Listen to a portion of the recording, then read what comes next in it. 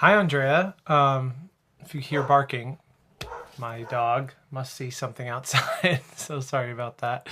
But thank you for all of these amazing questions. So I'm going to go kind of one at a time. Um, would you ever want to do an opera or have a favorite opera or a favorite villain in an opera? I never was super into opera. Was I kind of grew up around it. I do love the individual like music. Like I do love Nessun Dorma.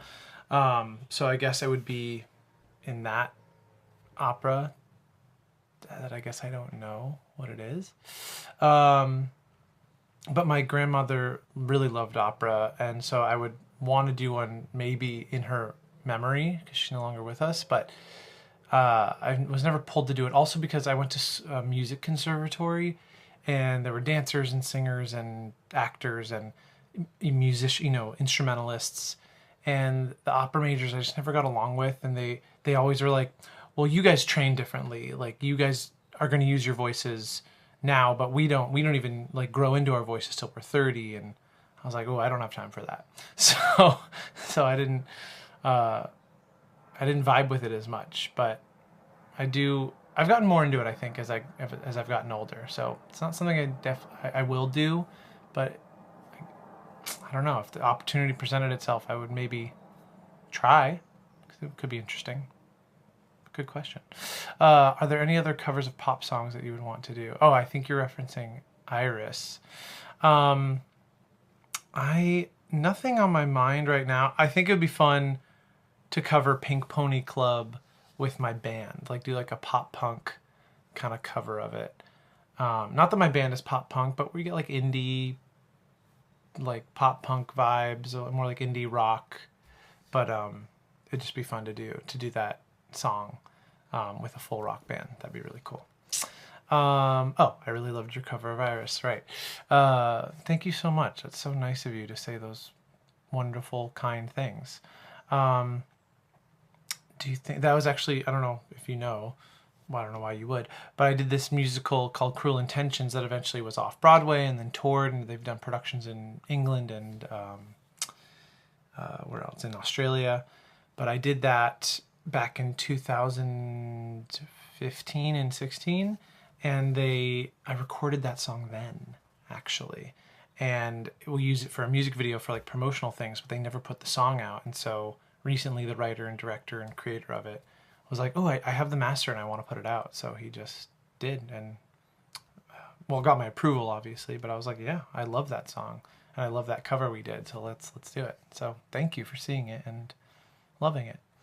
Um, Moving on to more Hadestown centric stuff. Do I think that Persephone drinks in order to deal with trauma pain? 100%. A lot of the backstory is rooted in the actual mythology. And so she's missing her mom. She's missing the above ground world. She is depressed, definitely. But in ours, there's definitely, there is a lot of love between the two of them, Hades and Persephone. And in our show, and the director Rachel Chavkin talked about this, was they're gods and they're ancient. They've been together for hundreds and hundreds of years, so they've had like decades long fights. They've had decades long periods of happiness. So like we just happen to be seeing them in one of their ruts, like a very deep rift between them, and that's why the elements are so out of whack, and the wind is blowing so strong, and summer is so short, and all those things. So yeah, she just knows how screwed up everything is, and she's definitely trying to numb the pain. Why do you think that so many people come back to see Hadestown so many times? I think for a lot of reasons. A very kind of plain one is just because of how rich the score and the text is, kind of like Hamilton, where it's like you have to come back to hear everything, and like hear the turns of phrase, and you catch something different each time, just in the music and just in like the content. But then also, I think it is a story of hope, and you kind of in the back of your head think, oh, maybe he'll get out this time, and there's just something to be gleaned, because it's just one of those pieces of art that is speaking to something deeper than just like boy meets girl, boy loses girl, whatever. It's not it's not a formula, although I guess maybe it's like one of the most ancient formulas there is. But it's speaking at a deeper human level that's talking about so many different things. And I think no matter where you are in your life, young, old, if you're kind of going through a tough time in your life or you're in a really positive time of your life, you're going to get different things out of it. So I think that's what keeps people coming back. And what was it like to get work on both the famous and popular musicals Wicked and American Idiot? Actually, I have my Wicked thing here. I have like an American Idiot. This is kind of cool there. And then I have my Hadestown and Wicked posters. But this is actually cool.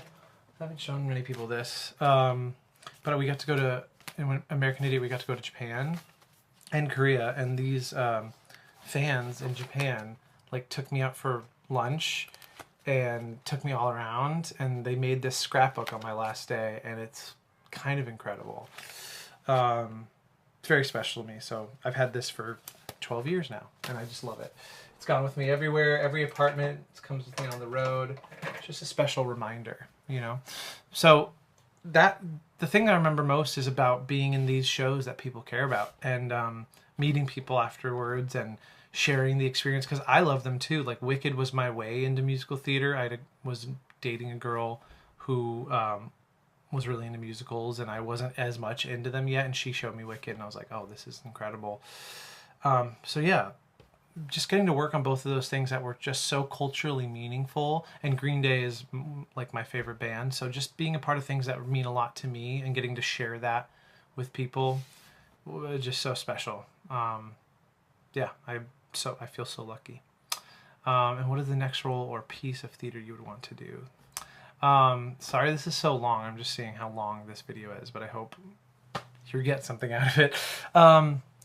I don't know what the next thing is. I really feel whenever someone ever asks me like what's your dream role or like what do you want to do, I would say like I want to do a role that was written for me.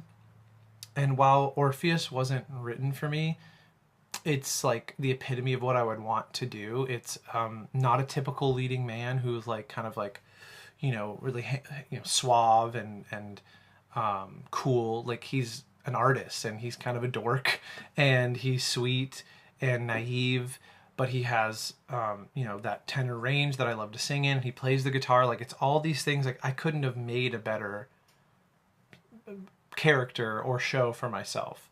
And even though I wasn't the original person to play the part, I got to be such an intimate part of seeing how it was created and then getting to play it, you know, on Broadway and on the road. Is just like the gift of my life. So the next role might not be what I think it is. I'm excited for whatever the next role of like my life is. Maybe that role is being a dad, you know, or maybe that role is continuing, because I'm also a voice and music teacher, continuing that and finding a role at a school or institution, or maybe it's in TV film. I don't know. But I'm opening myself up to more than just musical theater at the moment, because I'm excited for more. And I've really been so lucky, and I can't even hope for more. So it almost feels like, what's the word? I don't know, just gluttonous. And specifically in musical theater, I just think I've had so much wonderful experiences in all these different musicals that I'm ready for something new. And of course, if the right thing comes along, I'll go there and go back to theater. But I'm kind of seeing what else is there for the moment. But thank you for all your amazing questions. I loved Toronto, by the way. It was my favorite city I've ever toured in. It was just like a more beautiful New York. Like I think it was like a cleaner, but it still had like the great pockets and great food and diverse people and art and culture. It was just really fun. So enjoy it up there. Hope to come back soon. Okay, it's too long. Thanks for letting me ramble.